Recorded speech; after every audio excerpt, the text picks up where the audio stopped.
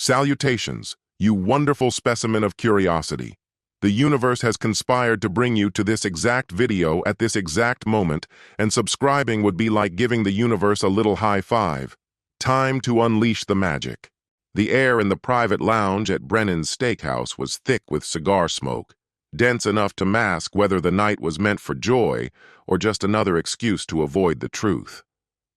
There I sat, Jake Morrison, age 36, living what people like to call the dream.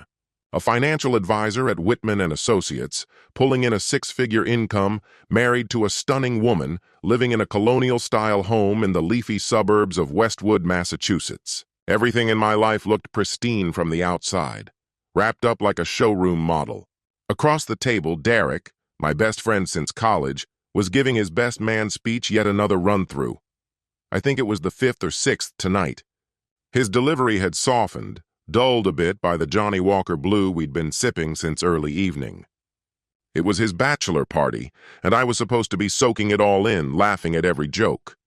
But my eyes kept drifting down to the golden liquid swirling in my glass, my mind on the Henderson portfolio I still hadn't reviewed for Monday's meeting. "Jake!" Derek's voice pulled me back to the present. "You with me, man?" I looked up and pushed a smile across my face. "Every word," I said. "Something about Sarah being way out of your league?" Laughter filled the small, wood-paneled room. 8 of us were packed in, old friends, brothers, cousins. Derek's brother Marcus was there, my younger brother Ryan, Tommy Wheeler, our linebacker buddy from college, Brian Chen, who worked with Derek. Alex Petrov had flown in from Seattle, James Martinez, our roommate back in the dorms. And then there was Anthony, Derek's cousin, the one no one really liked, but who got invited to everything because, well, he was family. "Better half?" Marcus coughed through a mouthful of whiskey. "Try better 7/8." More laughter, louder this time. These weren't just friends. They were the kind of guys who remembered your birthday without a Facebook reminder. Who helped you move furniture in the rain? Who showed up with pizza when your world was falling apart? Lifelong kind of men, solid, steady. All right, Derek said, raising his glass high. His face was flushed with booze and pure joy. "One last toast before we call it. To Jake, best man a guy could ever ask for. 9 years married and still makes it look like the honeymoon phase. Show us the way, my dude." I lifted my glass. The phrase 9 years married echoed in my mind like a song I hadn't heard in ages. Was that right? Had nearly a decade passed since Emma walked down that aisle strewn with rose petals at the Fairmont? She'd looked like something out of a magazine in that Vera Wang gown. 9 years of Sunday brunches, shared grocery bills, long talks about when we'd finally start trying for a baby. Always next year, always once things settled down. "To Derek and Sarah," I said, standing. "May your marriage be everything you hope for, and nothing like reality television." We all drank. The Macallan 18 sent a warm, welcome burn down my throat. It was a familiar taste, like nostalgia wrapped in heat. I glanced at my watch, 11:23 p.m. Emma would be packing up her paintbrushes at Sarah Chen's by now. Her book club had planned a wine and paint night. I expected a text soon, maybe a picture of some splattered abstract canvas she'd made after 3 glasses of Pinot Grigio. Then, like a needle ripping through vinyl, Tommy Wheeler said 5 words that flipped my whole world. "Yo, check this out." He was waving his phone, that particular drunk enthusiasm in his voice that usually meant trouble. Back in college, that tone had preceded everything from streaking through the quad to leaping from rooftops into shallow pools. These days, it usually meant something wildly inappropriate, a viral meme, a compromising photo, or a regrettable video. "Remember last weekend at the Mirage?" He was already connecting his phone to the big screen TV mounted on the wall. "I was there for that finance thing. Caught this idiot trying to fight the bouncer. Got it all on video."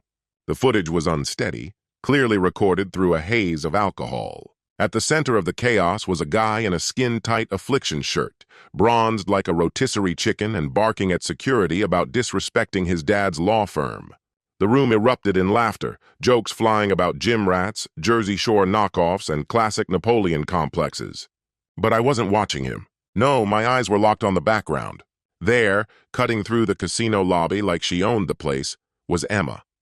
She wore the red dress I'd given her for our anniversary, the one that cost a small fortune at Nordstrom, the one that made strangers turn their heads. Her auburn hair, usually curled, was pinned in an elegant twist, showing off the diamond earrings I'd tucked under the Christmas tree last year. And she wasn't alone. Next to her walked a tall man in a tailored charcoal Tom Ford suit.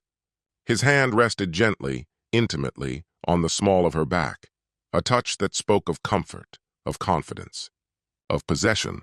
My stomach turned. They moved together with practiced ease, their bodies subtly drawn toward each other, heads inclined as though whispering secrets meant for no one else.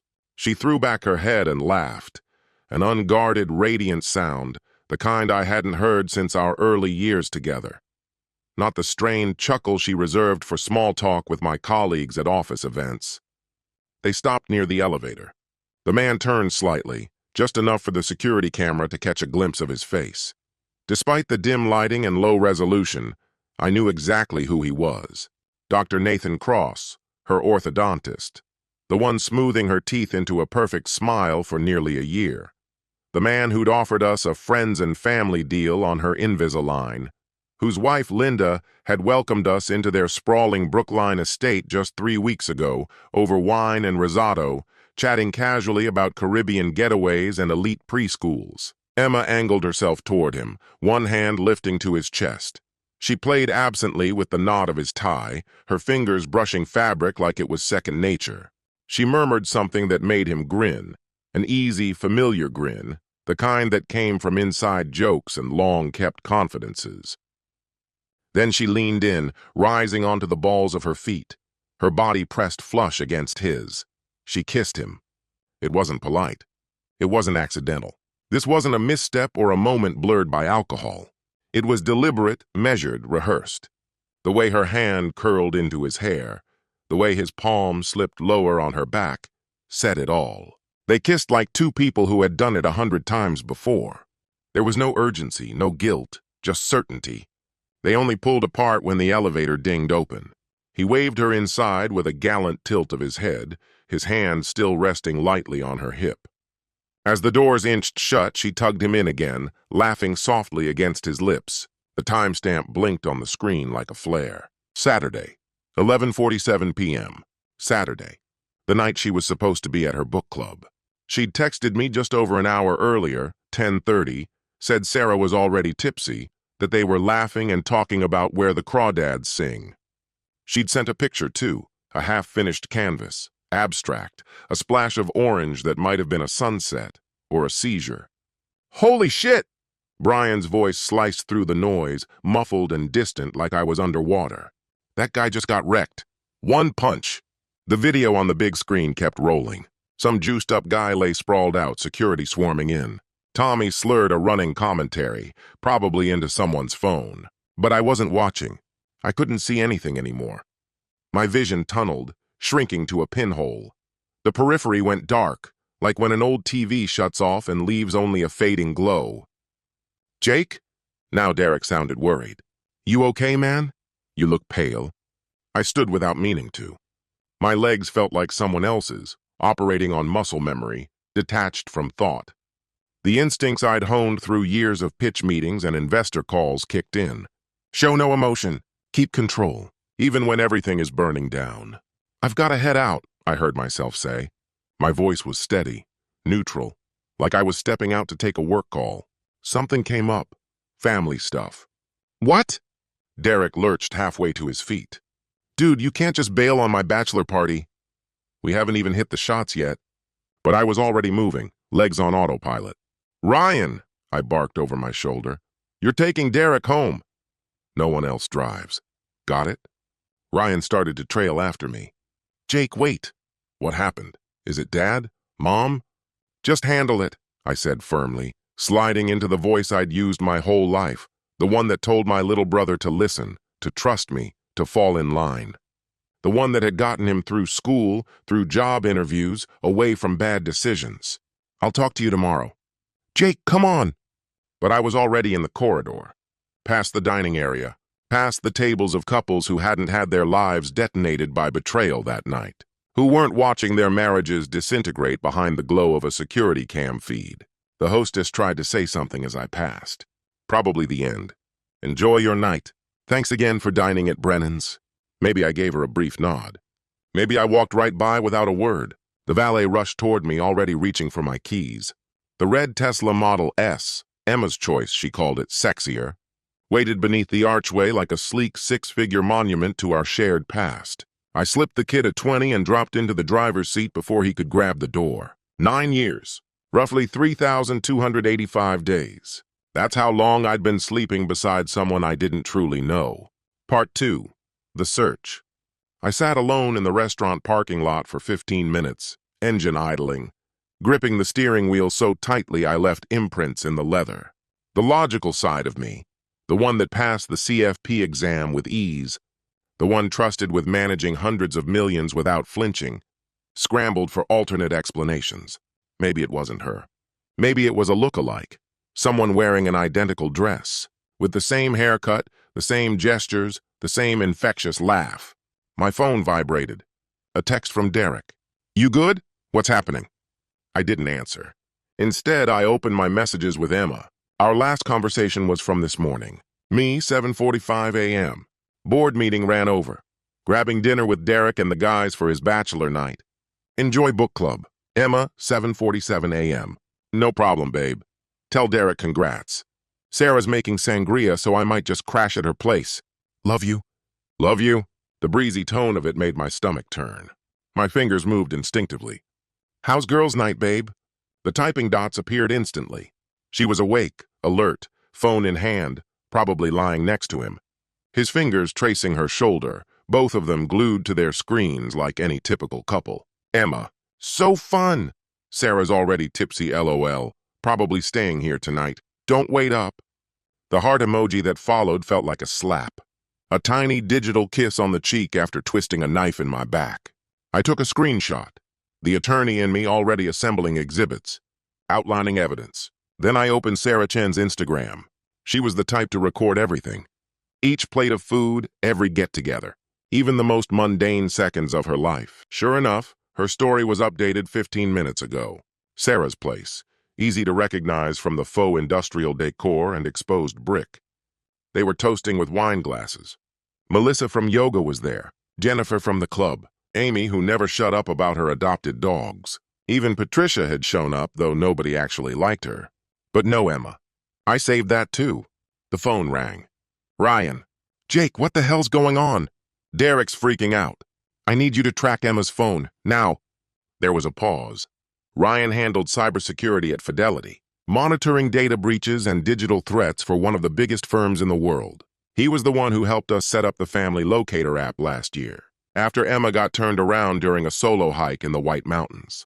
It was her idea, actually. Said it gave her peace of mind knowing I could find her if she ever got lost. The irony hit hard. Jake, Ryan said. Ryan spoke with a caution that instantly raised alarms. The kind of voice you'd use for someone teetering on a rooftop edge. Are you absolutely certain about this? Now, Ryan. All right. Hold on a minute. I heard him step away from the crowd, his shoes clicking against what sounded like a stairwell's concrete. You're freaking me out, man. Say something. Just tell me where she is. More silence. A faint clatter, fingers tapping a keyboard.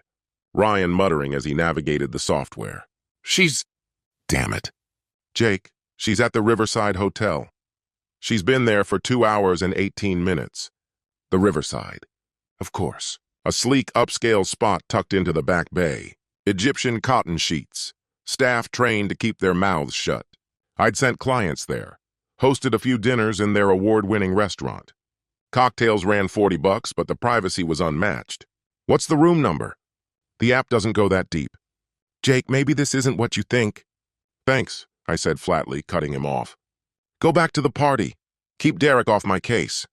I'm coming with you. No, it came out sharper than I meant. This is something I have to do myself. Just keep an eye on Derek. Don't let him drive. Don't let him call me. Can you handle that? Yeah, but... I ended the call and shifted into drive. Boston roads were mercifully clear at this hour. The Pike flowed without its usual aggression, and the Tesla made the trip in 15 minutes flat. gliding in autopilot while my mind spun worst-case scenarios.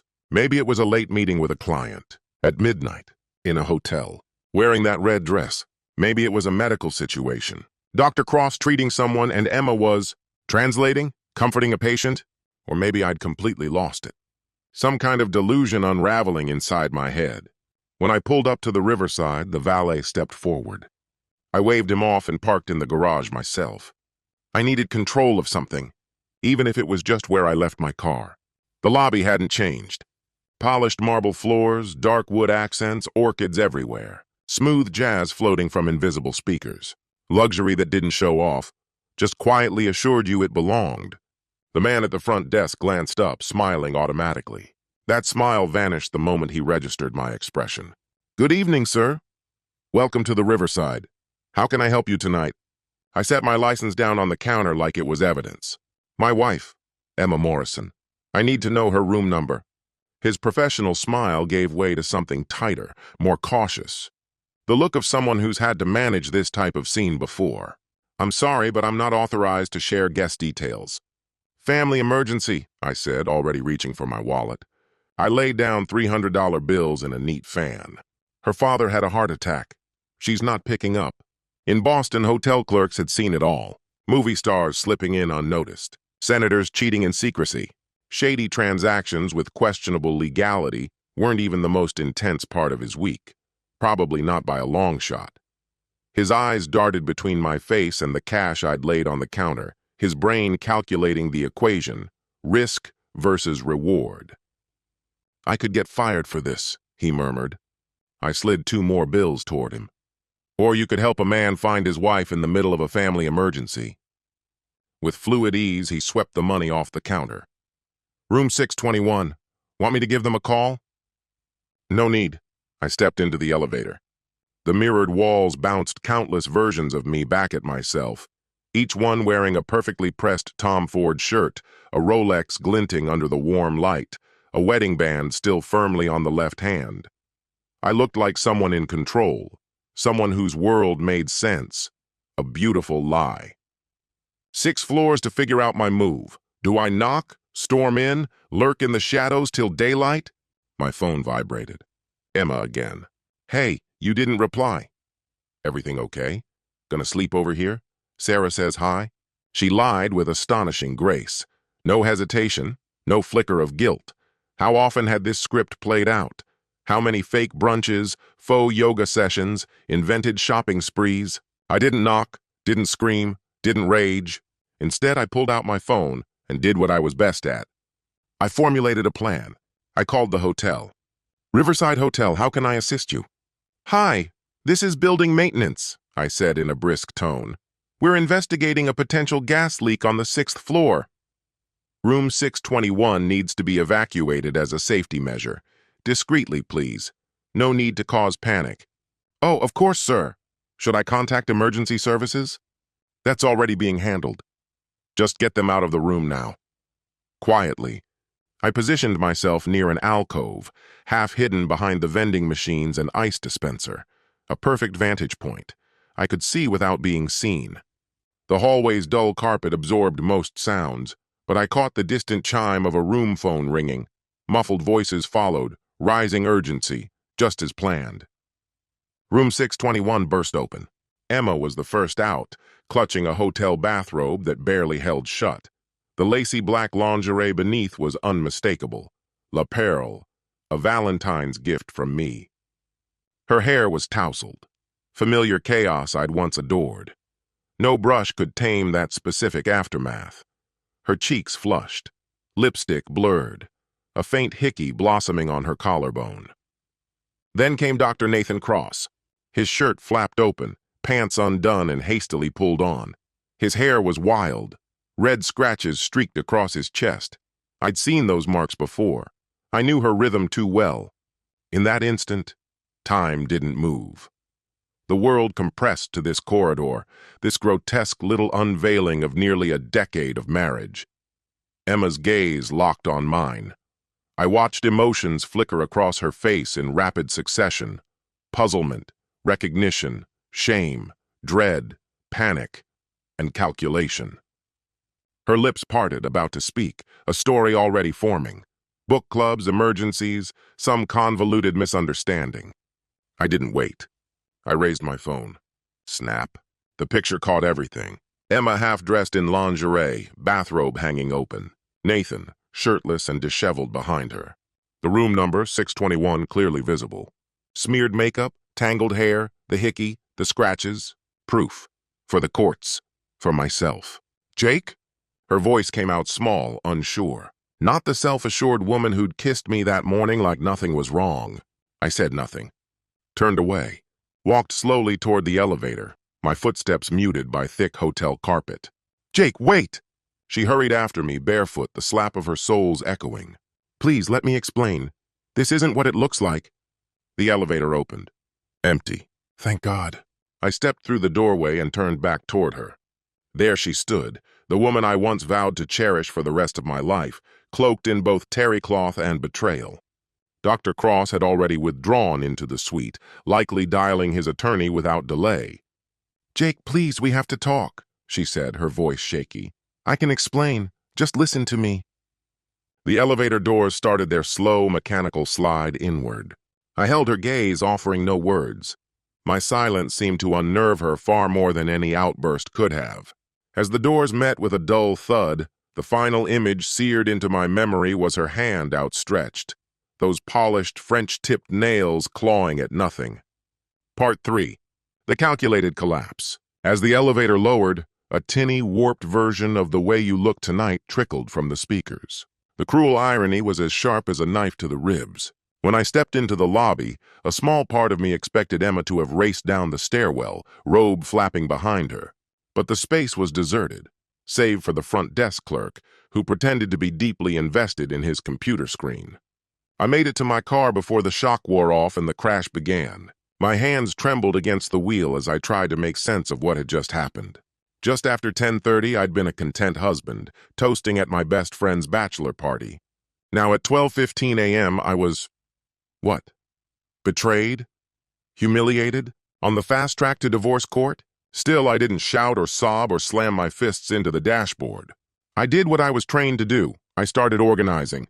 I pointed the car toward the Marriott by Logan Airport, one of those generic, forgettable hotels where no one makes small talk and everyone keeps their eyes to themselves. Room 1247, high up on the 12th floor, booked with a credit card Emma didn't know existed. The room was a lifeless box of taupe and cream, exactly what I needed. No echoes of our life together hid in the furniture. No framed photos silently accused me from the walls. I settled at the desk, flipped open my laptop, and got to work. Step 1, a list. An old habit from my financial planning certification. When faced with chaos, carve out order. Legal. First order of business. A divorce lawyer. I called my cousin Diane, the one who'd sliced through my parents' separation like a scalpel through tissue. Even though it was well past midnight, I left a clear, clipped voicemail. Diane, it's Jake. I need the sharpest divorce attorney you can recommend. I've got grounds, I've got proof, and I need action fast. Call me as soon as you hear this. While I waited, I preserved everything I could recall. Times, dates, places, all committed to file while my mind was still burning with clarity. I texted Tommy, asking for the original casino video, spinning some story about wanting to review the fight footage. I archived every relevant image, Emma's texts, Sarah's Instagram posts, the GPS tracking app, the damning photo from the hotel corridor. Each piece was uploaded to 3 separate cloud drives, locked down with secure passwords and 2-factor authentication. Financial. This part, at least, felt familiar. I logged into every shared account. Checking, savings, investments, credit cards, and retirement funds. 9 years together had produced serious wealth, mostly from my earnings while Emma dabbled in various part-time passions. Joint checking, $47,000. Joint savings, $215,000. My 401k, shielded from marital division. Her IRA, funded by me. Brokerage accounts, emergency funds. I grabbed screenshots of every statement, then started combing through the transactions. Patterns jumped out the moment I knew what to look for. Hotel stays billed to her card, stretching back 9 months. coinciding suspiciously with days she claimed to have appointments or girls' nights. Cash withdrawals that didn't match her normal habits. High-end lingerie shops, upscale restaurants, trendy bars in neighborhoods she never visited otherwise. 9 months. The affair had been going on almost as long as her Invisalign treatment. I let out a short, bitter laugh. She'd been paying him to sculpt her smile while he helped dismantle our life. Evidence. Next, I accessed our phone records. Being on a shared family plan made it easy. There it was. Hundreds of messages exchanged with a number I didn't recognize. No doubt it was Nathan's. She used to say she was at yoga, visiting her mom, or out shopping when I'd try calling. But she always picked up late at night while I was away for work, like nothing was amiss. Then I looked at her Google location history. She must have forgotten it was on. Riverside Hotel showed up often, coincidentally always on her book club nights. That guy's place in Brookline, too, especially when his wife was out of town at medical conferences. Then there were the anonymous hotel stays scattered across the city. Brief midday escapes while I was working overtime to secure our future. I checked her social media, Instagram, Facebook, even her Gmail. We had shared passwords. Another boundary she casually stepped over. No overt messages, but the patterns were impossible to miss. Strategic timing, vague wording, the unmistakable trail of betrayal. The call. I phoned my dad in Florida. He picked up after the third ring, his voice groggy. "Jake? Jesus, it's 2 a.m. What happened?" "She's cheating. I caught her tonight. I'm in a hotel right now." There was a pause. I could hear him shifting, my mom asking questions in the background. "How long's it been going on?" he finally asked. "About 9 months. Her orthodontist. I've got proof." "God, are you okay?" "No, but I will be. I'll get a flight up tomorrow." "Don't." "Not yet. I need time to think through everything." "Jake." He hesitated. I could feel the weight of 4 decades of marriage in that silence. Half of it good, the other half less so. "Your mom cheated too before the divorce. I never told you or your brother. Didn't want to taint your view of her." I should have been stunned. But instead, it just made sense, like one final puzzle piece snapping into place. "How'd you deal with it?" "Poorly at first. Drank too much, got angry, caused scenes. Don't do that." He exhaled. "Eventually I got smart, focused, like you're doing now. Got any advice? Record everything. Don't leave the house. It'll work against you. Find the best attorney you can afford. And Jake? Yeah? Don't let her break you. Living well is your best revenge." We talked another 20 minutes. He told me about walking in on Mom with his business partner. The year of deception before that. How he started over in Florida. Met Patricia, his second wife, and finally found some peace. As we were about to hang up, he added one last thing. "Withdraw half the money first thing tomorrow. Legally, it's yours, and if you wait, she'll take it instead." Piecing it together. By 4 a.m, I'd assembled a clear timeline. The affair had started in October, right after that first appointment with the orthodontist. Her case had been complicated, needing frequent visits. He insisted on bi-weekly follow-ups. Late-day appointments supposedly better suited her calendar. October, I remembered our anniversary trip to Vermont. We stayed at that little inn in Stowe. She was withdrawn, blamed work for her mood. We had intimacy only once over the weekend, and even then it seemed distant, mechanical. Now I knew the truth. She was already sleeping with him. The callback. The hotel phone rang at 5:47 a.m. I ignored it. Emma must have figured out where I was. Probably called every airport hotel until she found one with a guest named Morrison. The phone rang 8 more times in the next hour. Eventually, I yanked the cord from the wall. My phone was a storm of missed calls and unread messages. Emma was at the center of it. But soon, her sister Rebecca and even their mother had joined the barrage. I scrolled through Emma's texts, following the unraveling of her emotional state like a timeline. 2:42 a.m. Please pick up. I need to talk to you. 2:55 a.m. Jake, we can't ignore this. We need to talk. 3:15 a.m. It's not what it looks like. I swear. Let me explain. 3 a.m. I'm sorry, I'm so sorry. 4 a.m. Where are you? I'm really worried. 4:02 a.m. Your brother won't tell me anything. Did you say something to him? 5 a.m. I'm back home now. Please come here, let's talk. 6 a.m. I know you're upset, but this silent treatment isn't helping anything. 6:45 a.m. I'm scared, Jake. Just tell me if you're okay. 7:33 a.m. I've tried everyone. Nobody will say where you are. 8:15 a.m.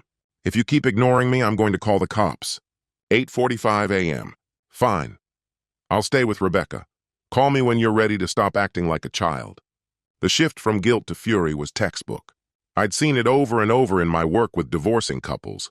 When contrition doesn't get the expected reaction, it quickly turns to outrage. She thought I'd blow up, shout, demand explanations. That I'd create a dramatic scene where she could twist the story, spin lies, and somehow flip the blame onto me. Instead, I typed out a single message. I'm okay. Don't reach out again. My attorney will contact you. Then I blocked her number. My phone rang within seconds. Rebecca. Then her mother. Then unfamiliar numbers. I powered the phone off and ordered room service. Part 4. The Mechanics of Divorce. At 8 a.m. sharp, Diane returned my call. Jake, I got your voicemail. How bad is it? Caught her in a hotel with someone else. I've been gathering evidence for 9 months. I need the top-tier option. Without missing a beat, she said, Margaret Chen. She did the Whitman case. Took what could have been a lifetime alimony payout and reduced it to a lump sum. She's pricey, but she's the best. Money's not a problem. Good. Then don't go back to the house. Don't speak to Emma. Don't lift a finger until you meet Margaret. I'll get her on the line now. By 10 a.m., I was seated in Margaret Chen's office, a sleek glass and steel corner space high above the financial district. She was exactly what I'd hoped for. In her mid-50s, razor-sharp, with credentials displayed proudly. Harvard law degrees, trial awards, shelves packed with thick legal volumes. Mr. Morrison, she said as we shook hands, her grip firm and unflinching. Diane gave me the overview. Let's go through the details. I walked her through everything, every message, every receipt, every late-night hotel charge. She listened intently, jotting notes on a yellow legal pad, occasionally pausing to clarify. When I handed her the files I'd compiled, she adjusted her glasses and offered a rare smile. This is an unusually thorough file, she said. Most people come in with emotion. You brought evidence. I'm a financial advisor, I replied. Keeping records is second nature. Excellent. Let's talk strategy. She leaned back. Massachusetts is a no-fault divorce state. That means adultery alone doesn't change how property is divided. But the affair, especially if it's long-term and there's financial misconduct, can absolutely influence alimony. We went line by line through the assets. The house in Westwood, jointly owned, but I'd paid the $200,000 down payment using an inheritance from my grandmother.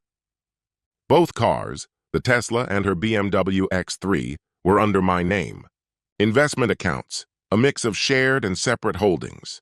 Her student debt, $47,000 left from her MBA, which I'd been covering. She working full-time? Margaret asked. No, around 20 hours a week. Teaches yoga and handles social media for the studio. Brings in maybe $30,000 a year. She nodded. We were just getting started. And you? Last year, I earned a base salary of $450,000 with bonuses on top. This year, I'm on track to hit $500,000, Margaret noted as she jotted down figures. Given the income gap and length of the marriage, she'll probably go after alimony. In Massachusetts, spousal support is usually granted for 60 to 80% of the marriage duration if it's between 5 and 10 years, which could mean 5 to 7 years of payments. How much are we talking? Will they base it purely on income difference? We could be looking at $8,000 to $10,000 a month. My stomach turned. For cheating on me? Because marriage is viewed as a financial union. Still, Margaret held up a hand. Infidelity gives us some leverage. Judges have flexibility. And if we highlight her financial dishonesty, spending our shared money on her affair, it works in our favor. What outcome are you aiming for? I want to be reasonable, not naive. I have no desire to ruin her, but I won't be financing her relationship with someone else. What does fair look like to you? She asked. I thought it through. She should leave with what she brought into the marriage and enough support to reestablish herself. Not 7 years of my income while she continues her affair. Margaret's grin was razor sharp. That's workable. Let's talk next steps. You need to act before she does. By close of business Monday, I had everything in motion. Financial measures. I withdrew half of our combined checking and savings accounts, $131,000 total, and opened a new account at a separate bank. I removed Emma as an authorized user on all my credit cards. I updated my life insurance beneficiaries, replacing Emma with my brother. I froze our joint credit to prevent new debts. Every transaction was thoroughly documented with clear paper trails. Legal steps. I filed for divorce, citing an irretrievable breakdown of the marriage. I requested sole use of the marital home based on my larger financial stake. I submitted a motion for temporary orders to address asset division. The filing also included her infidelity and misuse of marital funds to establish context. Logistical moves. I secured a furnished apartment downtown through my company. It was impersonal, but it was mine. I scheduled movers for Tuesday morning. I updated passwords on everything. Email, bank accounts, even Netflix. All marital records and photos were backed up. To secure external drives. What about the house? I asked Margaret. Complicated. You can't legally bar her from entering. That's considered eviction. But you can move your things and formally request exclusive occupancy through the court. Make sure to record the condition of the home when you leave. Photograph everything. Should I change the locks? No. But you can install security cameras for your protection. Just be sure to notify her they're there. Monday night, I went back to the house. Emma's car wasn't there. Still at Rebecca's, it seemed. The house felt off, like a crime scene frozen in time. Everything was exactly as we'd left it on Friday morning, but now it all felt like evidence. I walked through every room, phone in hand, recording a video. The living room we painted sage green after 3 arguments over paint samples. The kitchen where we hosted dinner parties, playing the part of a happy couple. The bedroom where she lay beside me for nearly a decade, all the while dreaming of someone else. In her nightstand, I found more carelessness. Receipts from Victoria's Secret lingerie I'd never seen before. A parking stub from the Riverside dated 3 weeks ago. And a card from Nathan, no envelope. Can't wait for tonight. N. She concealed herself in the open, confident I'd never see through the illusion she wove so carefully. I packed with precision. Clothing, toiletries, passports, IDs.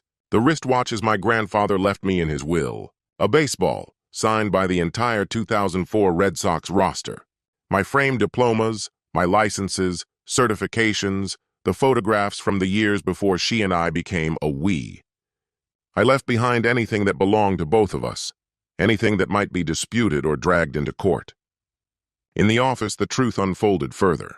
Joint credit card bills revealed hotel charges during times she claimed she was at book club. Her planner bore cryptic entries.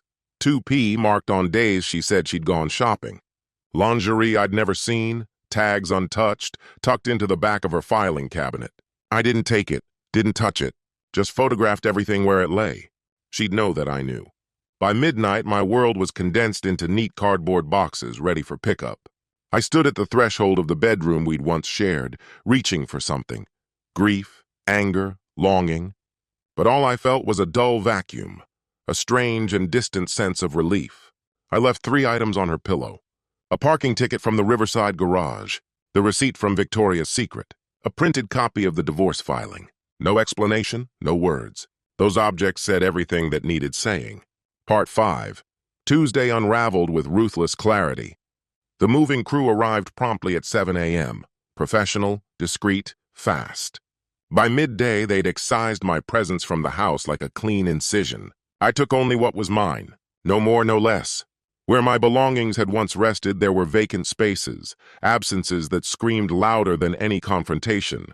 Like missing teeth in a curated smile. Emma appeared at 12:30, probably tipped off by one of the neighbors. I watched from my car, parked a block down, engine off. She darted through the house, room to room, her sister Rebecca chasing after her. Even from that distance, I could read her distress, the chaotic desperation of someone facing the consequences they thought would never come. Her BMW X3, the one I'd gifted her for her 30th birthday, was gone from the driveway. I'd had it towed that morning. Petty? Maybe. But it was legally mine, and I was done financing her version of life. My phone, newly active and with her number blocked, lit up with missed calls from mutual friends. The fallout had started. One call came through, Derek. Jake, what the hell's going on? Emma called Sarah in tears, said you blindsided her with divorce? She's been cheating, I replied. I caught her Saturday night. At your bachelor party? Yep, remember Tommy's video? A pause. Then, oh hell, the casino. I saw her in the background but didn't connect the dots. Jesus. I'm sorry. Don't be, and don't choose sides. There are no sides, he said. What she did? That's brutal. 9 months? With her orthodontist? Cold, right? How do you know it was that long? Rebecca told Sarah. Emma's trying to paint me as unstable. Said I snapped. But Rebecca slipped up. Mentioned the doctor. Sarah's disgusted. She's pulling Emma from the wedding. Don't bother. It's over. We don't need that mess at our celebration. Besides, Sarah's med school friend, Linda Cross, Nathan's wife. The fallout was just beginning. By nightfall, the full story reached me, pieced together from different sources. Turns out Linda had already discovered the affair herself. She'd seen Emma's car show up repeatedly on their security camera footage. Times Nathan claimed he was working late. Suspicious, she hired a private investigator. He collected photos, reports, timestamps, Emma and Nathan meeting in hotels across the city. Linda wasn't just divorcing Nathan, she was removing him from their joint dental practice. On paper, it was all under her name for tax purposes. He'd be left with nothing. Emma's narrative, that I'd abandoned her, that I was unraveling emotionally, collapsed the moment people learned the truth. The yoga studio where she taught had already begun cutting her hours, citing schedule changes, but everyone knew it was damage control. That evening, her mother called me. I almost let it go to voicemail. Curiosity won out. Jake, came Patricia Morrison's voice, clipped and icy. What have you done to my daughter? What have I done? I said calmly. Patricia, I caught her at a hotel. With another man. She's been unfaithful for 9 months. That's not possible. Emma would never, or so I thought. I had photos, receipts, call logs, all the proof anyone could need. Should I send them to you? I asked. Nothing. If there's an explanation, I'd love to hear it. You've been so busy, she finally said. Always buried in work. You ignored her. Goodbye, Patricia. I ended the call. Somehow she'd still make this about me. Next came a call from Nathan. I let it ring out and waited for the voicemail. Jake, it's Nathan Cross. We need to talk. Man to man. Things are out of control. Linda's filed for divorce, she's taking the practice, and my kids won't even look at me. Please, can we meet? I'll do anything. Pay you, whatever it takes. Just, let's talk. I erased the message without hesitation. His downfall wasn't mine to fix. Emma, blocked from calling, began to email. The first one came in just before midnight. Subject, please read. Jake, I know this is the last thing you want, but I need you to hear the truth. What happened with Nathan was a mistake, a meaningless, stupid mistake. It's you I love. You're my husband. You're the one I saw growing old with. But I felt invisible. You were always preoccupied, with work, clients, deadlines. Nathan just listened. It started innocently. I never meant for it to go where it did. But it's over. Saturday was goodbye. I swear to you. We can move past this. Couples do it all the time. Therapy, counseling, whatever it takes. Don't let 9 years die because I was selfish. I forwarded the email to Margaret, my lawyer, with a single instruction. Please handle. By Wednesday, new layers began to unravel. Emma had been skimming from our shared bank account for nearly a year. $200 here, $300 there. Always just shy of the threshold that would trigger alerts. She funneled nearly $15,000 into hotels, fine dining, and impulsive shopping. Margaret was ecstatic. This changes everything, she said. This isn't just infidelity.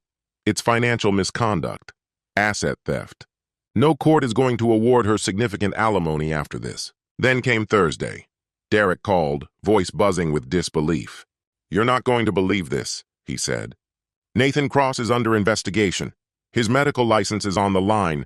What? Why? Turns out he was prescribing Emma medications, anti-anxiety pills, cosmetic drugs, without proper documentation. Linda found the paper trail and reported him to the board.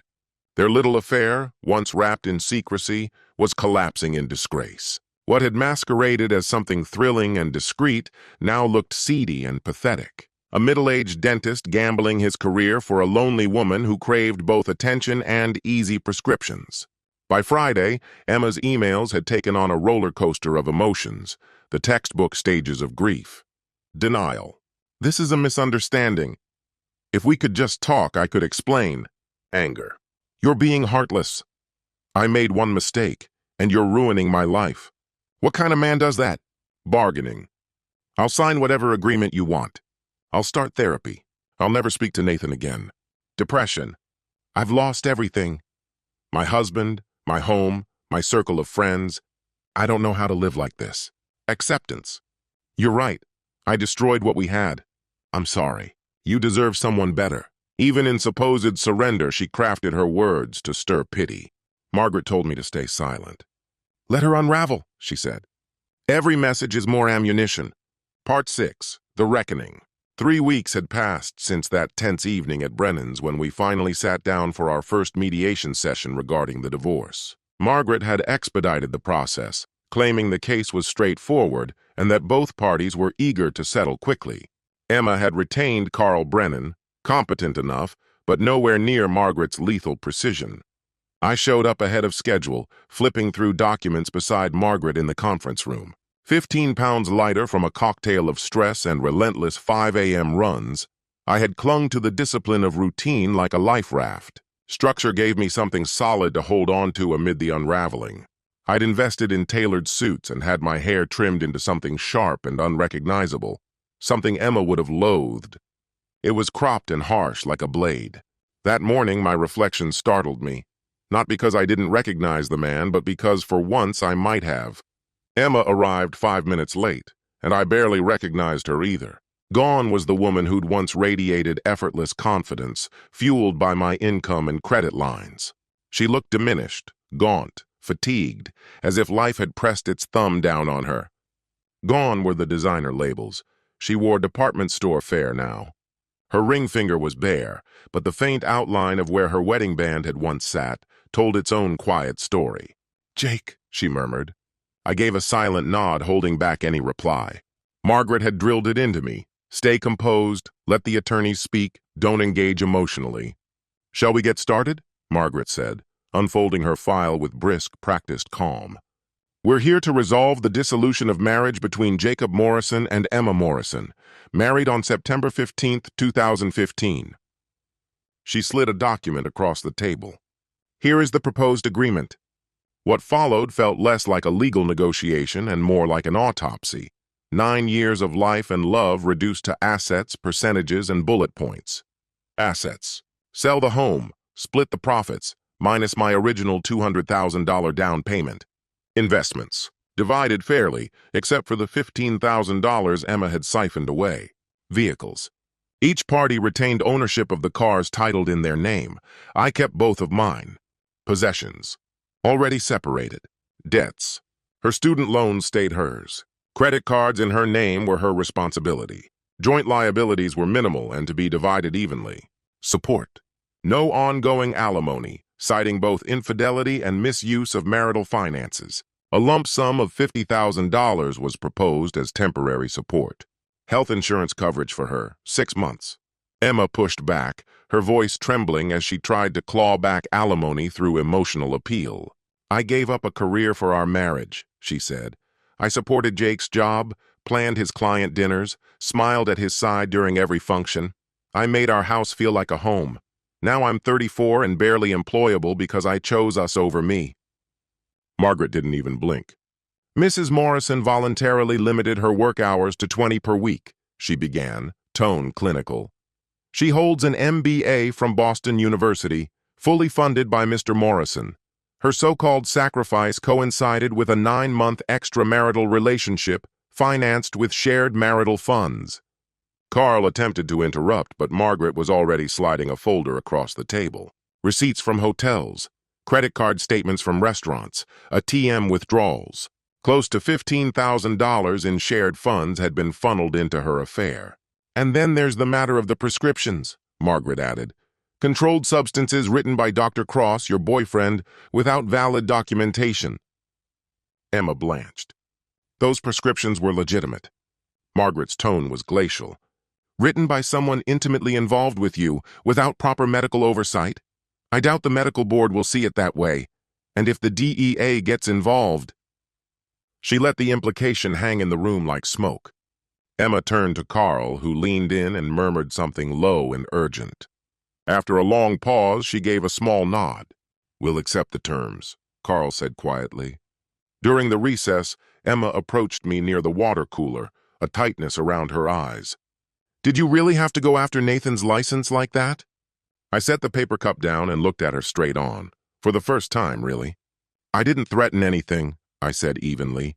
"Your boyfriend made his own bed when he started forging prescriptions." "Why didn't you just talk to me?" she asked, voice cracking. "Why not confront me?" "We could have gone to therapy, tried to fix things." I kept my voice calm. "To what end? So you could keep lying?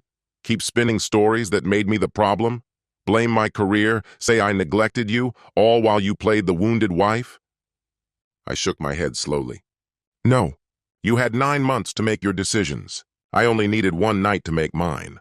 "I loved you," she whispered. I kept my voice even. "No, you loved what I gave you.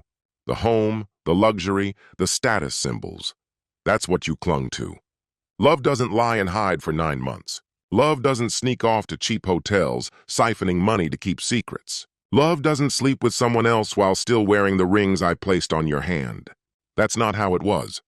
"Yes, it was," I replied, "and we both know it." Before she could say anything more, Carl returned and called her over. We resumed signing documents, an hour of finalizing the end. One signature after another, dissolving years in silence and formality. By 4 o'clock, the paperwork was finished. 90 days until legal finality, but for all intents and purposes, it was already over. As we gathered our belongings, Emma made one last attempt. "Jake, I'm sorry. I really am. I lost everything for nothing. Nathan won't even pick up my calls now." Her regret felt real, but it didn't alter the facts. "Figure out why you did it," I told her, "before you do it again, to someone else." Margaret and I walked out together. The elevator ride was quiet, but not awkward, a calm after the storm. Once we hit the street, she looked at me and smiled, the first real warmth I'd seen from her. "You handled that better than most would. No scenes, no venom, just closure." "I don't feel admirable," I admitted. "I feel hollow." "That's to be expected," she said. "Give it some time. You've got youth, success, and now freedom. That's not an ending. It's a beginning." As I approached my car, my phone buzzed in my pocket. A message from Derek. "How'd it go?" "It's over. Want to grab a beer?" "You name the place." For the first time in nearly a month, I smiled. Maybe Margaret was right. Maybe this really was the start of something. Part 7, Reconstruction. The first month after the split was all about building new habits. I started to make the sterile corporate apartment feel more like a home. Brought in my grandfather's old leather chair, hung some real artwork, set up a proper workspace. It wasn't as large or polished as the Westwood house, but it was mine. There were no painful reminders in the corners, no haunting echoes in the rooms. Work became my anchor. Without Emma's social calendar and emotional turbulence, I poured everything into my clients. I took on the complex financial cases that others avoided, crafted intricate strategies that caught the eyes of senior partners. My billable hours soared, and so did my sense of purpose. This is what I was made to do: solve problems, build wealth, offer stability to people who trusted me with their futures. My assistant Janet noticed the difference. "You seem more centered lately," she said one afternoon. "Sharpened." "Life shifts," I replied. "Well, whatever changed, don't stop. The Hendersons just sent a referral letter. They're recommending you to everyone at their country club." Meanwhile, the social ripples continued to spread. Boston's finance circle is tight-knit and loves a good story. Emma and Dr. Cross became the subject of whispered warnings and cocktail conversations. I kept hearing variations of the tale, some exaggerated, others spot on. The actual story didn't need embellishment. It was already a train wreck. Nathan Cross's entire practice collapsed. His wife, Linda, had outmaneuvered him, took the building, the equipment, even the patient list. Turns out everything had been in her name all along. She kept the staff and associates too, leaving Nathan with debt, disgrace, and no foothold. Then came the investigation. The medical board suspended his license over suspected prescription fraud. He'd left town for Connecticut, moving in with his brother and trying to rebuild what little he had left. After the breakup, Emma moved in with her sister, Rebecca. She crashed each night on a pull-out sofa while job hunting. The yoga studio let her go permanently. Apparently, some clients had threatened to cancel their memberships if she stayed. Her Instagram, once a glossy highlight reel of wellness and curated inspiration, went silent. I didn't feel anything. Not vindication, not sorrow, just a dull recognition. Actions have consequences. 3 months post-separation, I began therapy. It was Margaret who pushed for it, and I realized she was right. Dr. Martinez, my therapist, was in his 60s, gentle voice, calm presence. He specialized in betrayal trauma. "Tell me how you understand trust," he asked during our first session. "I don't," I said. "You don't what?" "I don't trust. Not anyone. Everyone is capable of betrayal. Everyone lies." He paused. "That sounds exhausting." It was. Constantly scanning for warning signs, second-guessing every intention, living behind a wall I built to protect myself. Draining, yes, but safer than being vulnerable again. We peeled back layers slowly, childhood wounds that betrayal had ripped open, the cycles I failed to recognize, the warning signs I chose to overlook, how I'd played a role, not in the affair itself, but in enabling Emma's unwillingness to be responsible. "She didn't work," Dr. Martinez noted, "because you never expected her to. She overspent because you didn't create financial boundaries. You set up a dynamic where she became the child, and you, the parent. And what do children do?" he asked. "They rebel." "So it's my fault?" I asked. "No," he replied evenly. "She chose to cheat. That was her decision alone. But the structure you both built together made dysfunction inevitable. It was hard to digest, but it was true. I'd been so obsessed with being the provider, the rock, the ideal husband, that I'd never insisted on reciprocity. I married someone who wanted to be looked after, then acted surprised when she behaved like someone who needed caretaking, not partnership. By month 4, Derek's wedding was around the corner. He approached me delicately to confirm, did I still want to be his best man? "Of course," I told him. "Your wedding isn't about my divorce." The ceremony was beautiful. Intimate vows exchanged by two people who clearly enjoyed each other's company. Sarah glowing, Derek choking up as she spoke. Their connection felt genuine, tested, grounded. Everything mine hadn't been. In my speech, I reflected on what it means to build a life together. "Derek and Sarah don't complete each other," I said, holding up my glass. "They're already whole. They choose each other every day, not out of need, but from desire. That's not Hollywood love. That's real love, the kind that lasts." The applause was warm. Some eyes shimmered with tears. Emma wasn't there. Sarah had made the call long ago. "We don't support cheaters," she'd said simply.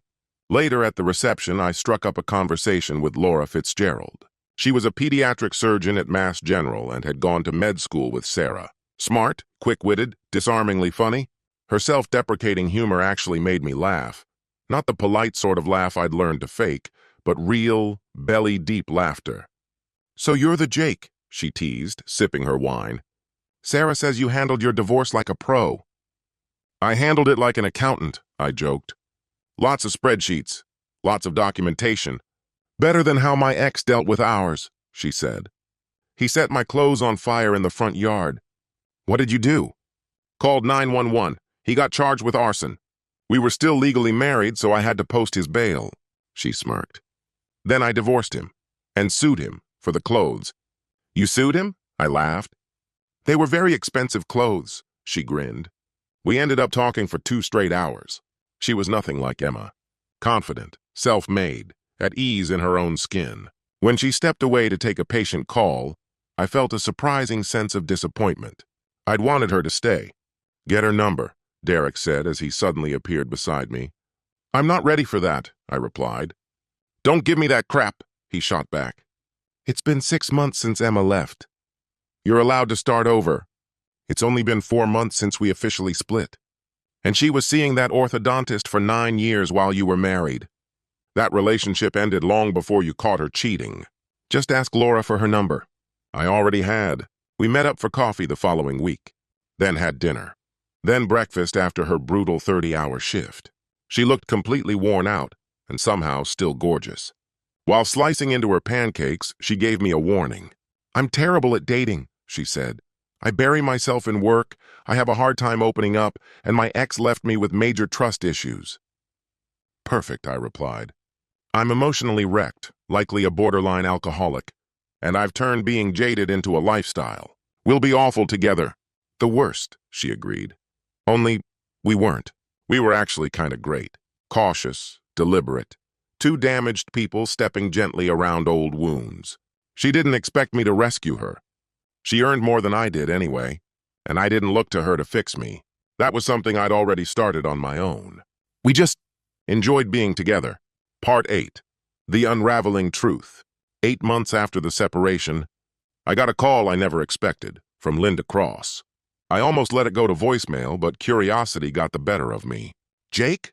This is Linda, Nathan's ex-wife. She hesitated. "I was wondering if we could talk. There's something you might want to know for the divorce." We met at a Starbucks in Newton. Safe, neutral ground. Linda looked like life had fast-forwarded 5 years and left its mark. The poised, perfect spouse of a physician was gone.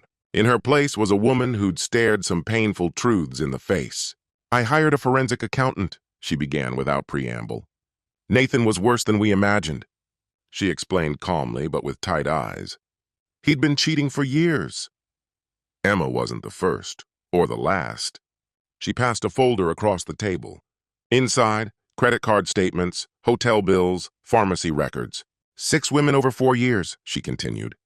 All of them patients, all married. Emma stuck around the longest, 9 months. The others came and went, usually within half a year. He had a type, she added. Married women, early 30s, wealthy husbands. He loved the danger and the gifts they gave him. I flipped through the damning evidence, my stomach tight. Emma hadn't been unique. She was just another on a list. "So why tell me this?" I asked. Linda's voice stayed steady, but her hands trembled faintly. "I spent 15 years thinking it was my fault. That if I'd been more attractive, more exciting, maybe he wouldn't have strayed. But it was never about me. Or you," she added, locking eyes with me. "These men?" "They're broken, Jake. Something in them doesn't work right." "What about the other women?" I asked. 2 got divorced. 3 stayed with their husbands. 1 relocated to California." She paused. I reached out to every one of them. "Yours," she said, "is the only case where the husband figured it out on his own." The others had received unsigned letters, always from Nathan's former lover, every single time. There was a predictable rhythm to it. Whenever Nathan began a new relationship, the woman he'd left behind would reveal the affair to the unsuspecting husband. One betrayal led to another, a domino effect of secrets laid bare. So, in time, Emma would have sent that same letter about the woman who came after her, most likely, though now there won't be another woman. Nathan's career is over, his license revoked, his clinic shut down, his name tarnished. These days, he's hawking medical equipment in Hartford, crammed into a single-room apartment. His own children refuse to speak to him. There was a cold sense of resolution in me about that. Not happiness, not glee, just a quiet affirmation that sometimes the scales do balance. "How are you holding up?" I asked. Linda offered a bittersweet smile. "Better," she said. "Therapy's been good.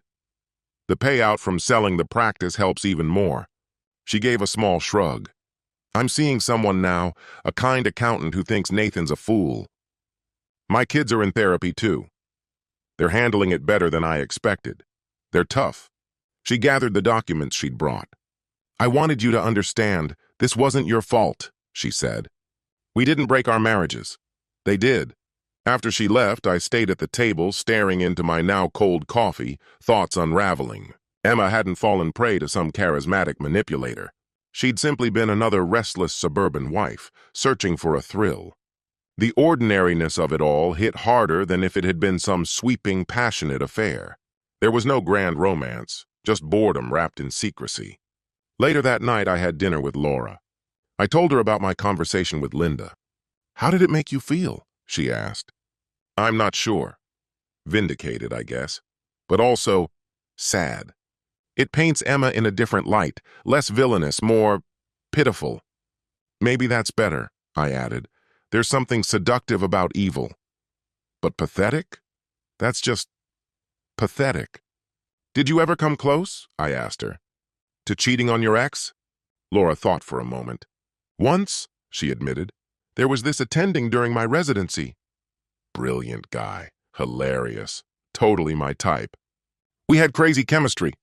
What kept you from going through with it? I asked. I went home and told David I was attracted to someone else, she said. He laughed and told me I had terrible taste in men. She chuckled, which honestly was true. The guy was married, had 3 kids, and a coke habit. But just saying it out loud killed the fantasy. That's the thing. Secrecy is the fuel for affairs. Honesty kills the flame before it can even spark. That's very grown up of you. I know, right? Too bad David didn't have the same level of self-awareness. Instead of talking to me about what wasn't working, he slept with my best friend. We laughed, sharing a bleak kind of humor over overpriced wine. 2 people bruised but recovering. 2 lives in repair, trying to piece together something real from what was left behind. Part 9. The wedding and what came after. By midnight, Derek and Sarah's reception was still in full swing. The live band had packed up, replaced by a DJ. Most of the older guests had already made their exit, and those left behind were well past sober. I stood alone on the terrace overlooking Boston Harbor, a glass of scotch in hand, savoring a rare stretch of calm. Gorgeous night, said a voice behind me. I turned and saw Tommy Wheeler, the man whose drunken, grainy casino footage had shattered so many illusions. He looked uneasy, shifting from foot to foot like a student waiting outside the principal's office. Tommy, I said, acknowledging him with a nod. Jake, he started, hesitant. I've been meaning to talk to you all evening, about that video. I'm really sorry, man. If I'd had any idea— Don't! I cut him off, raising a hand. You actually did me a solid. That video, it probably saved me from another 10 years of pretending. Seriously? His eyebrows shot up. You're not mad? I was never angry with you. Emma made her own decisions. You just happened to catch them on camera. I saw the tension drain from his posture. Derek mentioned you're doing a lot better now, he said. And that new girl, the lawyer? She seems great. Laura's not a lawyer, I corrected with a faint smile. She's a surgeon. And yeah, she's great. You feeling good? I paused to consider. A few months ago, I would have dodged the question.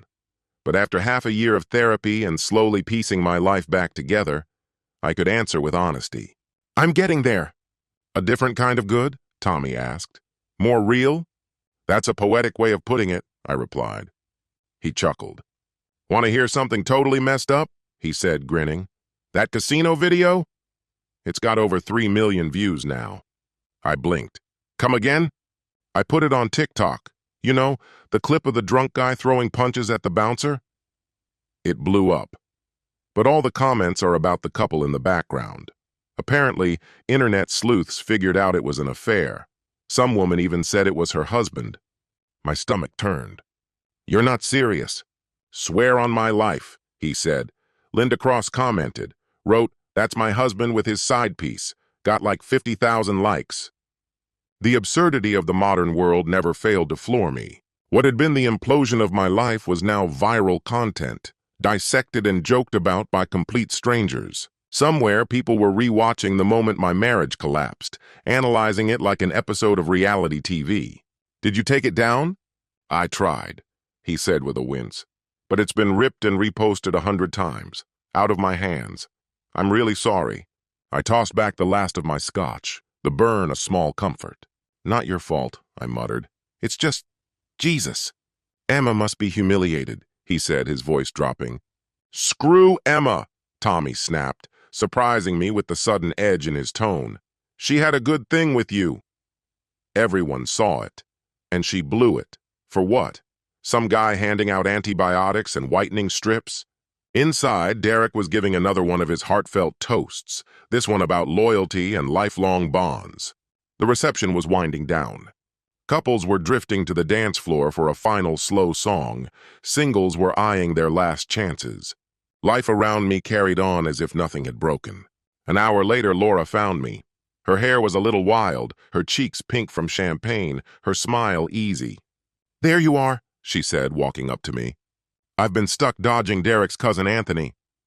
He's been giving me a TED talk on cryptocurrency." "The horror," I said with mock sympathy. "Save me?" she offered, extending her hand. We moved to the dance floor and swayed to some slow, forgettable tune.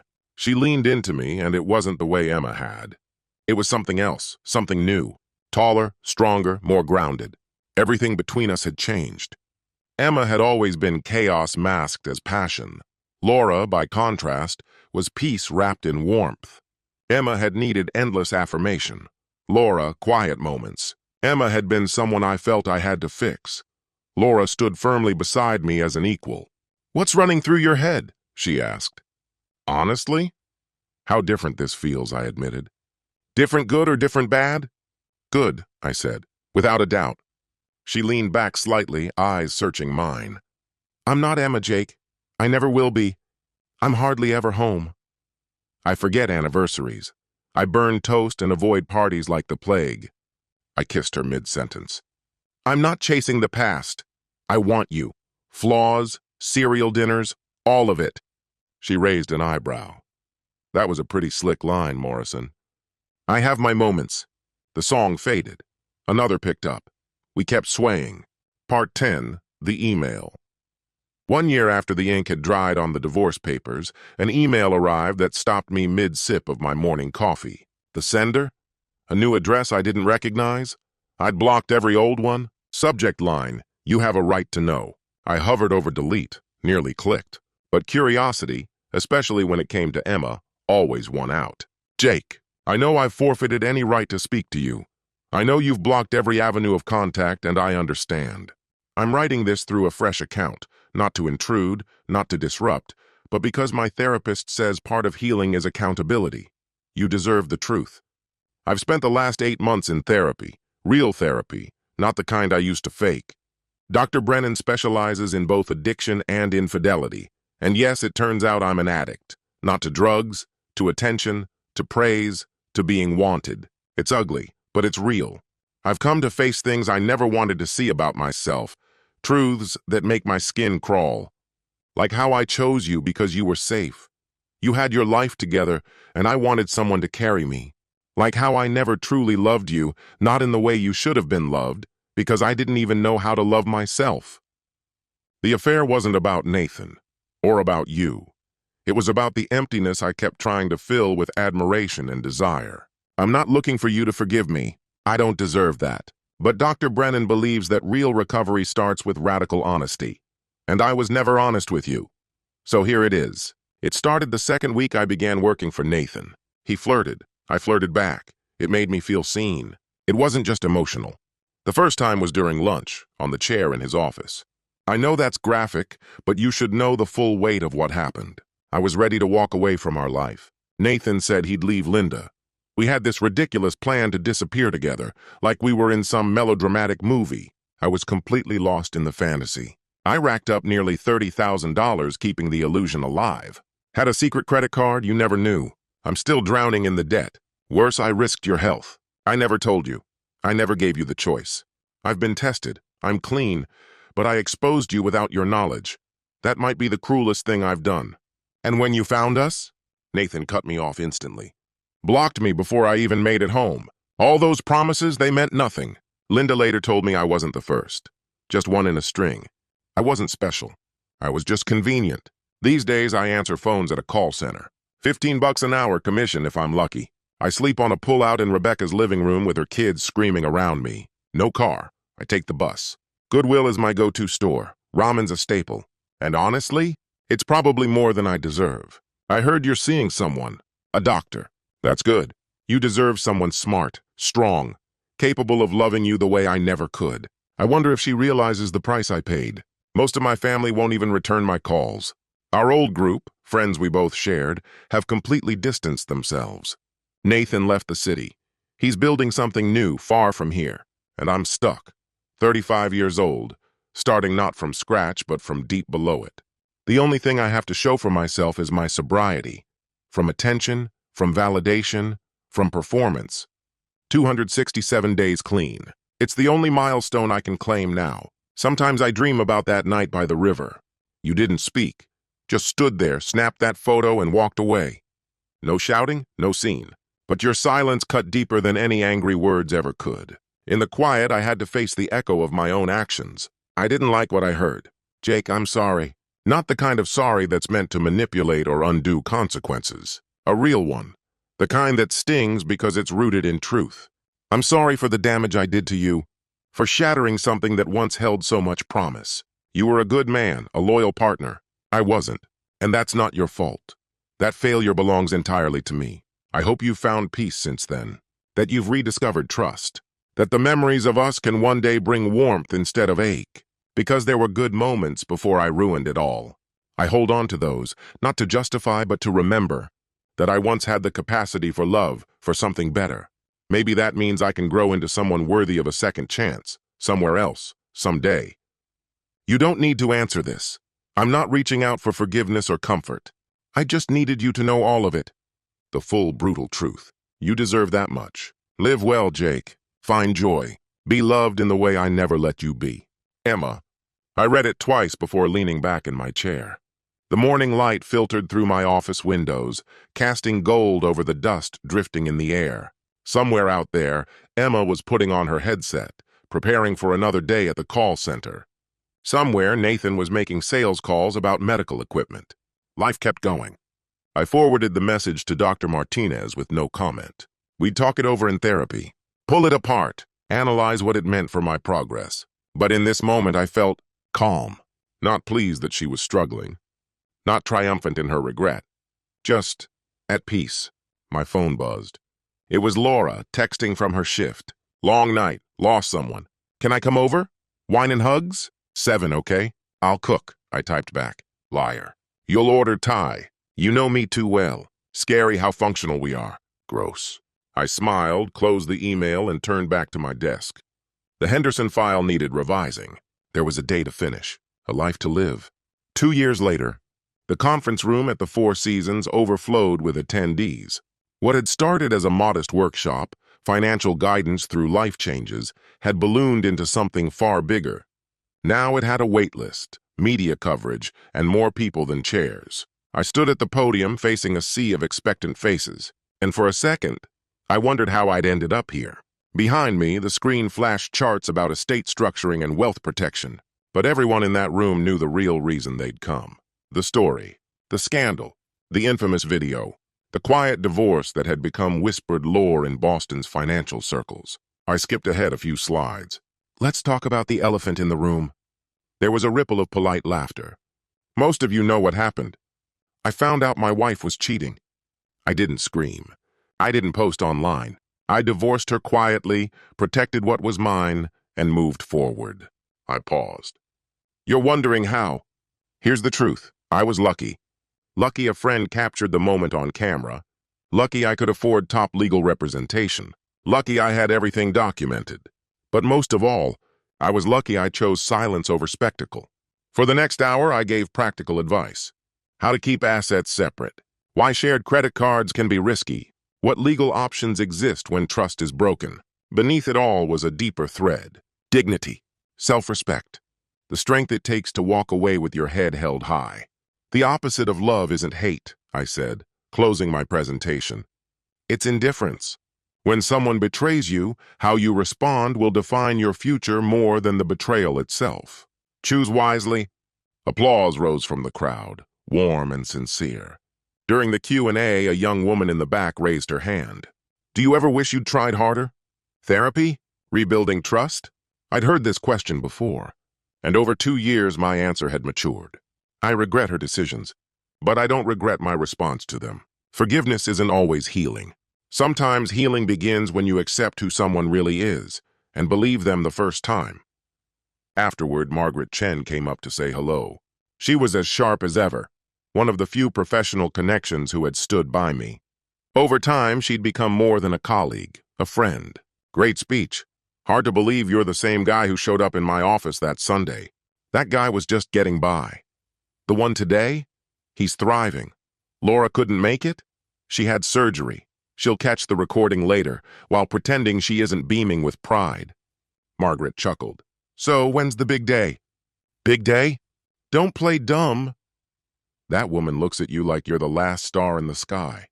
And Rebecca said Laura's been eyeing engagement rings. Funny, Rebecca and I had kept this strange, lingering friendship post-divorce.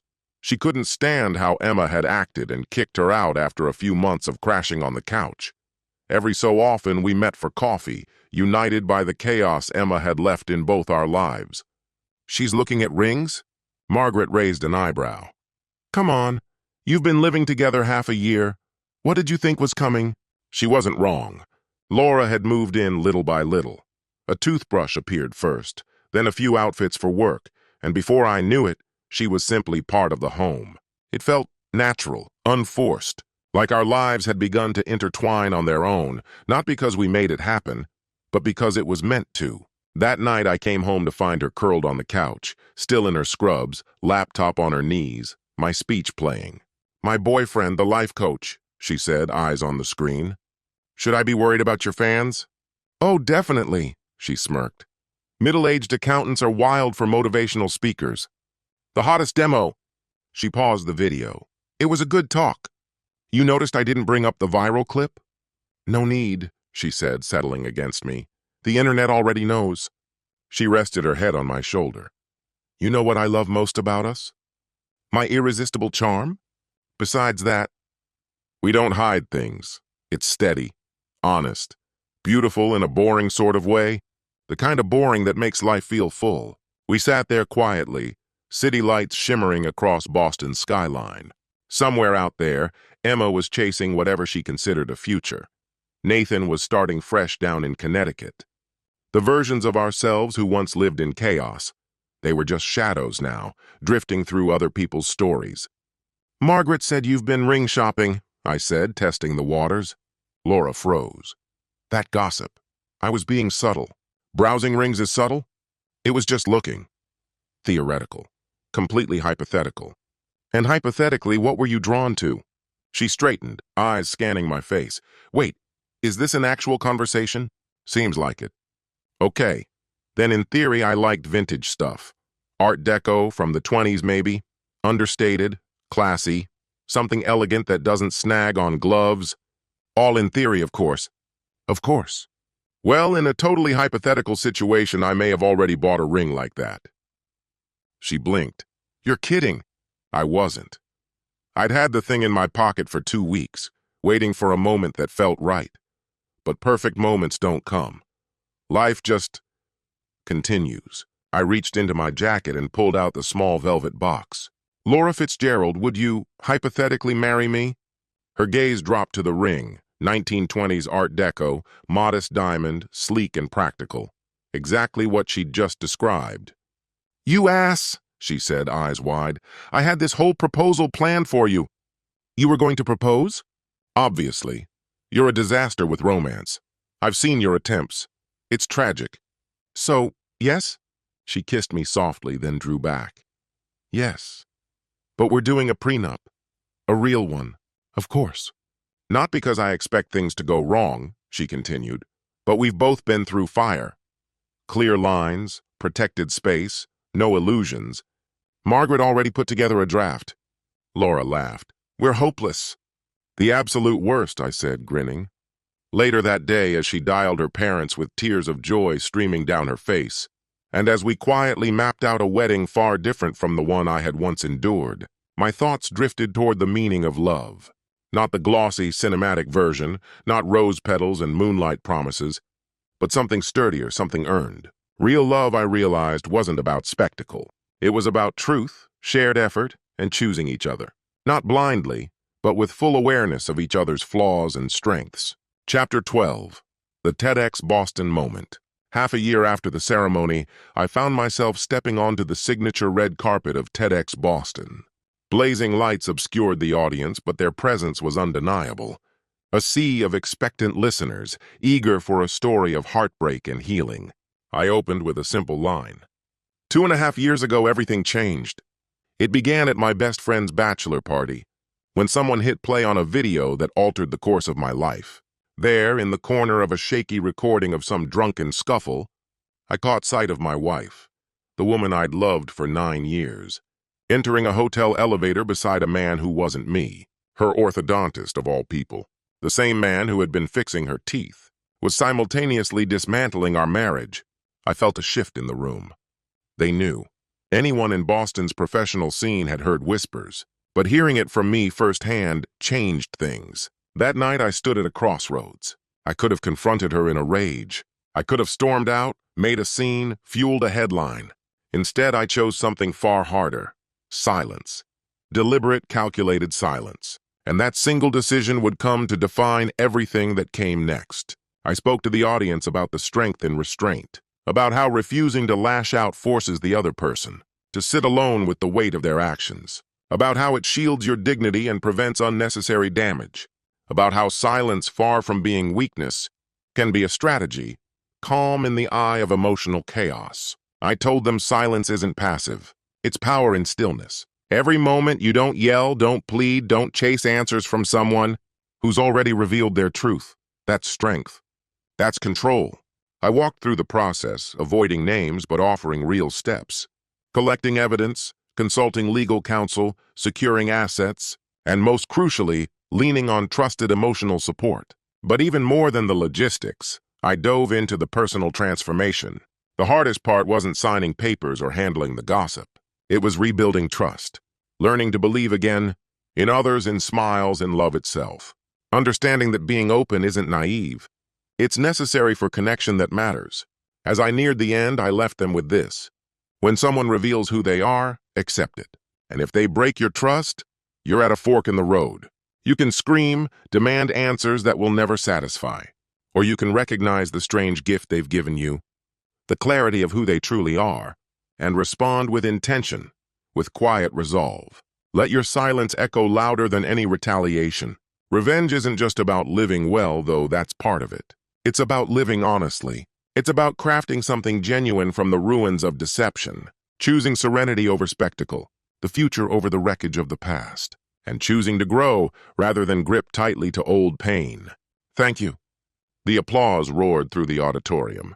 As I left the stage, my phone lit up with messages. One from Laura: proud of you. Also, you're on dish duty for a month. Made me cry at my desk. 2 weeks later, the talk was published online. In just 2 days, it passed 1 million views. Comments poured in, some uplifting, others harsh. This is king behavior. This is how you respond to betrayal. She must be sick watching this blow up. Silence isn't golden, it's violent. She really lost a good man. For a dentist. LMAO. Let this be a lesson. Cheating always leaves a trail. The internet remembers. I tried to resist, but eventually curiosity got the better of me. In the depths of the comment sections, someone had figured out who Emma was. They linked the viral video from the casino, spun entire fictional sagas about our supposed relationship.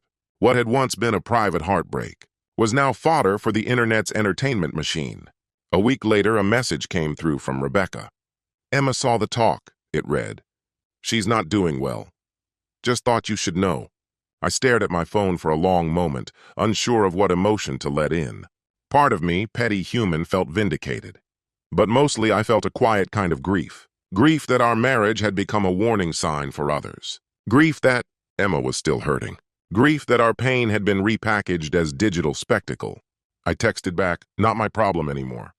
I know, Rebecca replied. It's just, she's really not okay, Jake. The video going viral did something to her. She's drinking again. Emma had always enjoyed a drink at social events, but sometimes she took it too far. Now it seemed things had gotten worse. She needs real support, I told Rebecca. Not from me, a professional. I'm trying, she replied. I just thought you should be aware. That night I showed Laura the messages. She was halfway through a carton of lo mein, chopsticks dangling in one hand, a scene Emma would have rolled her eyes at. You feel guilty, Laura said between bites. A bit, I admitted. The whole point of that talk was to help others, not to cause more pain. Her hurt isn't on you, Laura said simply. You didn't mention her by name. You didn't twist the knife. If she's upset because you've moved on, that's something she needs to deal with. When did you become so wise? I asked. Tuesday, she smirked. There was a workshop. She set down her chopsticks and looked at me. Jake, your story is yours. You're allowed to speak it. You're allowed to find healing in sharing it. Her response doesn't get to dictate your life anymore. She was right. Still that night, I found myself thinking of the Emma I had once loved. She was 25, radiant, laughing at my worst attempts at humor, twirling with me in our tiny apartment to whatever song played on the radio. That woman was gone, replaced by someone who drifted from couch to couch, drank too much, and lived daily with the ripple effects of nearly a year's worth of mistakes. Come to bed, Laura called softly. Enough brooding. It's not sexy. You married me anyway, I teased. Temporary lapse in judgment, don't make me regret it. I switched off the lights and slid in beside her. Boston slept beyond the windows. Somewhere Emma wrestled with her demons. Somewhere Nathan was selling surgical equipment. Somewhere life kept moving. But here, in this room, in this bed, with the woman who saw every broken part of me and stayed anyway, I was home. Epilogue. 5 years had passed since the envelope arrived on a Tuesday. Heavy cardstock, elegant printing, addressed in calligraphy I immediately recognized. Rebecca Morrison and James Chen request the honor of your presence at their wedding. Emma's sister was getting married. The same couch Emma had crashed on after our divorce was apparently where romance had bloomed between her and Rebecca's roommate. Life had a way of keeping things ironic. Are we going? Laura asked, glancing at the invitation while toweling her hair dry. Do you want to? I asked. I want to do whatever you need, she said. Rebecca had been a true friend to me through everything, but there was no denying the likelihood that Emma would be there. Emma. I hadn't seen her since the day we signed the papers, but the Boston rumor mill had kept me loosely informed. She had finally gotten sober, the real kind. The kind that involves meetings, steps, sponsors, and everything in between. Now she worked as an office manager for a modest marketing company, lived alone in a compact studio apartment in Quincy, a quiet, measured existence carved from the ruins of the chaotic life we once shared. I made up my mind. We should be there. Rebecca deserves that from us. The wedding took place in September at the Fairmont, the very hotel where Emma and I had exchanged vows over a decade ago. Another twist of irony in a story already brimming with them. Laura and I arrived deliberately late, hoping to blend into the background. Emma stood among the guests in the receiving line. She looked altered. Older, yes, but in a composed, graceful way. The high-end fashion had been swapped for a simple navy dress. Her hair, now streaked with gray, was worn without effort or pretense. But there was something deeper than appearance. A calmness, a rootedness she hadn't possessed before. She was chatting with older relatives, fully present, clear-eyed, and alert in a way I had never witnessed. Our gazes connected across the room. No cinematic pause, no swelling strings or dramatic flash of memory, just a brief acknowledgement between two people who had once shared a life. She gave me a small, regret-tinged smile. I returned the gesture with a nod. Then Laura's hand slipped into mine and we moved forward. At dinner, I stood to offer a short toast to Rebecca and James. It wasn't a grand speech. Just a few words of blessing, a hope for love and partnership. Emma, seated at the family table, clapped politely along with everyone else. Our paths didn't intersect again until the dancing began. I was lingering near the bar when she walked up. 5 years of silence broken by a soft, "Hi, Jake." Emma. Her eyes flicked to Laura, who stood beside me.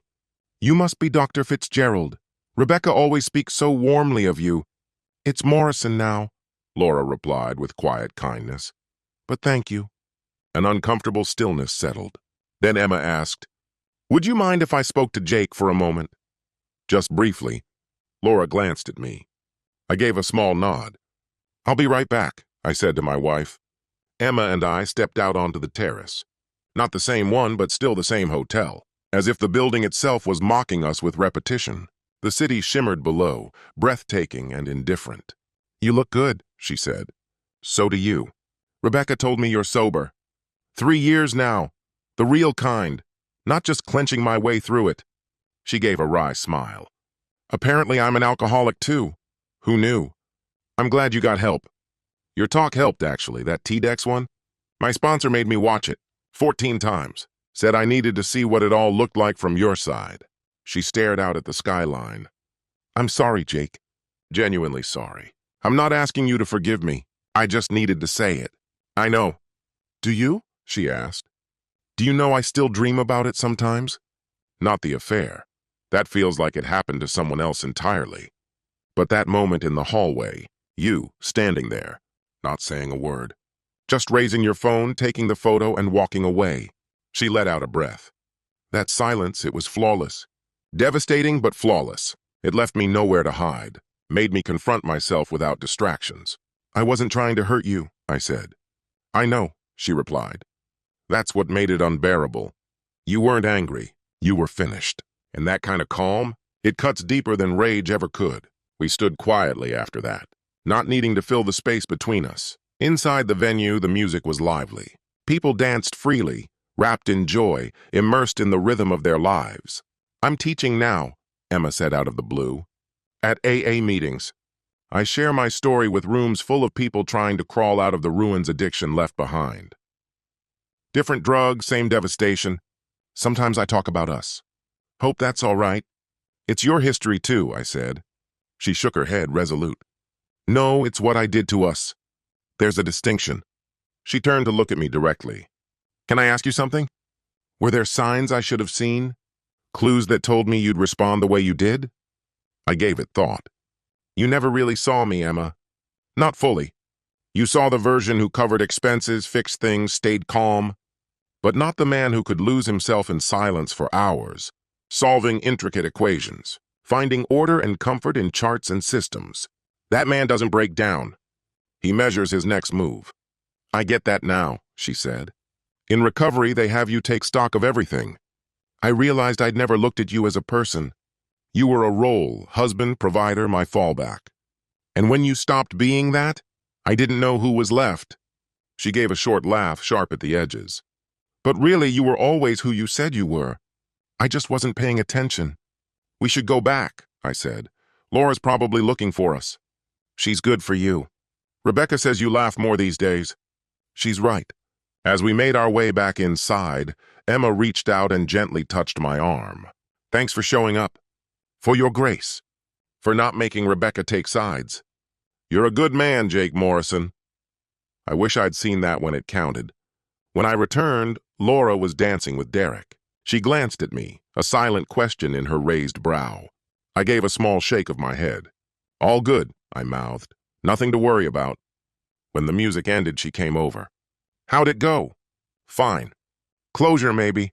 For both of us. That's good. She kissed me, soft and certain. Now dance with your wife before Derek steals me again. We swayed to a slow song I wouldn't remember tomorrow. Around us, life moved in messy, beautiful directions. Rebecca and James were beginning their new chapter.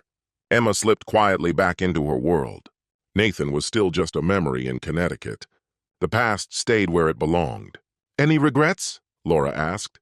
None, I said. You? Only that I didn't find you first. You wouldn't have been ready for me then. And I wasn't ready for you. Listen to us, she said with a smirk. So wise and evolved. It's nauseating, I joked. The music changed again. We kept dancing. Two people who'd discovered that love isn't about completion, but connection. Not about flawless perfection, but steady partnership. Not fairy tales, but hard-won truth. 5 years after that night at Brennan's Steakhouse, I had a life I was proud of. Not despite the heartache, but because of what it taught me. That rock bottom can become solid ground. That silence, not shouting, can carry the deepest meaning. That losing it all can clarify what truly matters. The band played on. The city shimmered.